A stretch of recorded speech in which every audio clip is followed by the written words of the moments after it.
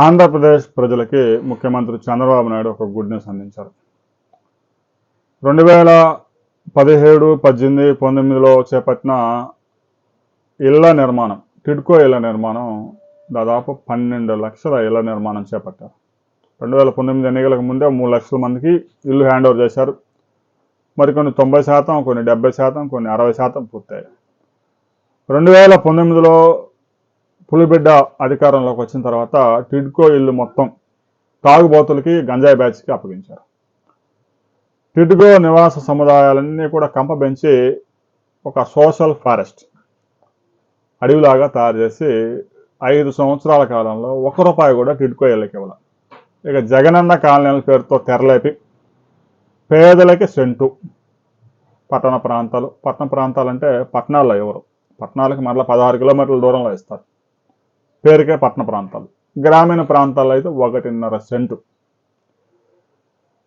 శ్మశానాల పక్కన లోతట్టు భూములు, గ్రామాలకి 6 కిలోమీటర్ల అవతల రవాణా సదుపాయాలు లేని, కరెంటు లేని ప్రాంతాల్లో ఎకరా 5 లక్షలు కొనుగోలు చేసి ప్రభుత్వం నుంచి 75 లక్షలు కాజేసి పేదలకి మేము ఎవరూ చేయని విధంగా 30 లక్షల మందికి ఇంటి స్థలాలు ఇస్తున్నాము అంటూ జగనన్న కాలనీలు అని పేరు పెట్టి అందరినీ అప్పులు పాలు చేశారు.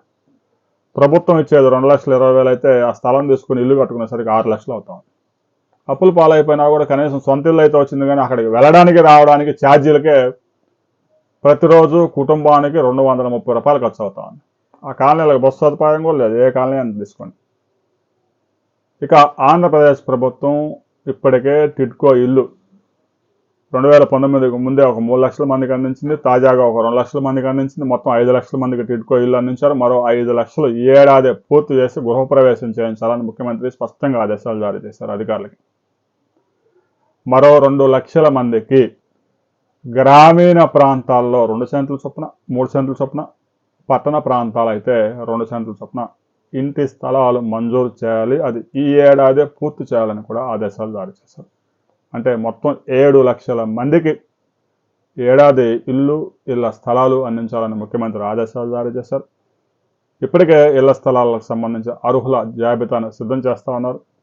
మొత్తం 8 లక్షల మంది అప్లై చేశారు. అందులో 2 లక్షల మంది అర్హులు తేలే అవకాశం ఉంది. దీనికి సంబంధించి మరిన్ని అప్డేట్స్ కొద్ది రోజుల్లో రాబోతా ఉన్నాయి. ఆ తర్వాత మరిన్ని వివరాలతో మరో వీడియోలో మనం కలుసుకుందాం.